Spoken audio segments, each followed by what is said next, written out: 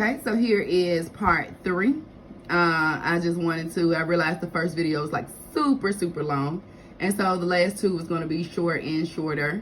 So the last 2 parts. So again, this is the impression, the mitral regurgitation, the congestive heart failure, which shows the systolic dysfunction, the pacemaker, which is the permanent condition, and hypertension, cardiomyopathy. So we're going to code all of that in addition to the chronic problems that are on the problem list that the person is going to have for life. So also, here's the end of the chart. And here's the person, Crystal Walker. She's an MD. And this is the person who's sending the letter to Dr. Woodall. Remember, we said this was an initial letter from one doctor to the other about a patient, which one is referring to the other. So also, when you're looking at the chart, make sure that you are going to see the physician's signature and the date that the doctor signed the chart.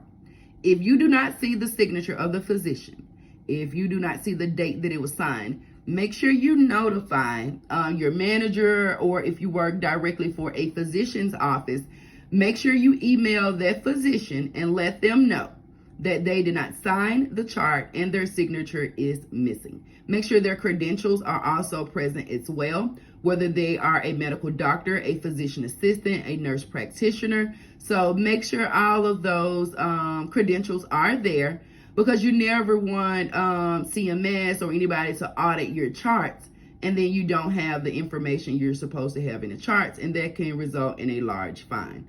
So just going back and back through the chart, just giving you a brief overview. We see the history of present illnesses, the problems, impressions, current medications, and also the date of service. If you have any questions, please drop your questions down below on either this part, which is part 3. You can drop your questions on part 2 or part 1, and I'll be glad to answer all of your coding questions immediately. Thank you so much. Again, welcome to my channel. Thank you for joining me. And don't forget to hit the subscribe and the like.